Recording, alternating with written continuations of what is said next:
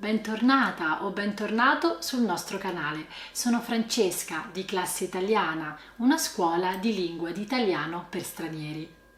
Nel video di oggi vediamo insieme come esprimere un dubbio con il congiuntivo. Eh sì, proprio il temuto congiuntivo, croce e delizia di tanti studenti che studiano l'italiano.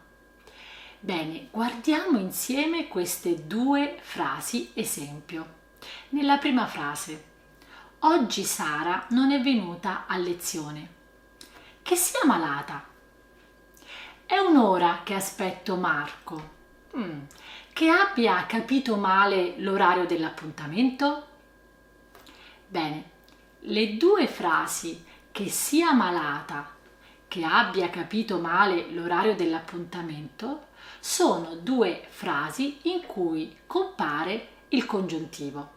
Il congiuntivo presente nella prima frase e il congiuntivo passato nella seconda frase. Questo congiuntivo dipende da qualche espressione, congiunzione, verbo? No. Queste sono proposizioni indipendenti che esprimono un dubbio, perché la persona che parla cerca di spiegarsi il motivo per cui Sara è assente a lezione e il motivo per cui Marco è in ritardo. E lo fa esprimendo un dubbio, un'ipotesi, una possibilità. E quindi è incertezza, insicurezza, ed è per questo che usiamo il congiuntivo.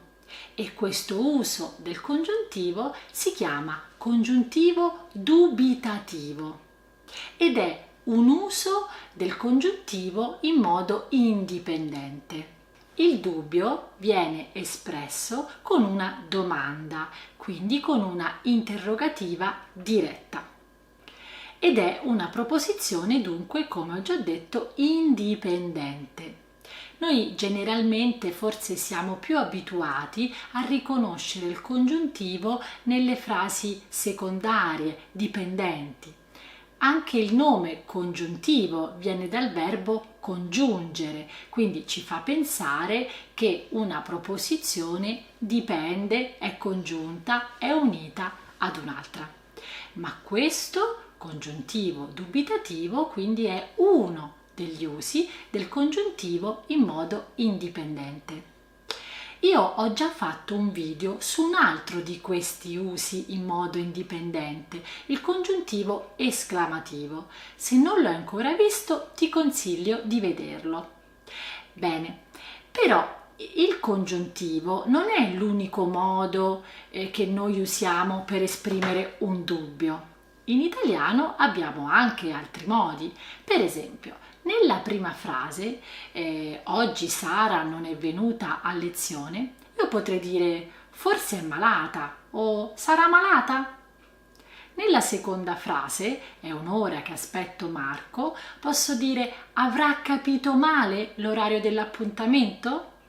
Quindi posso esprimere un dubbio con forse più l'indicativo oppure il futuro semplice o il futuro composto, detto anche anteriore.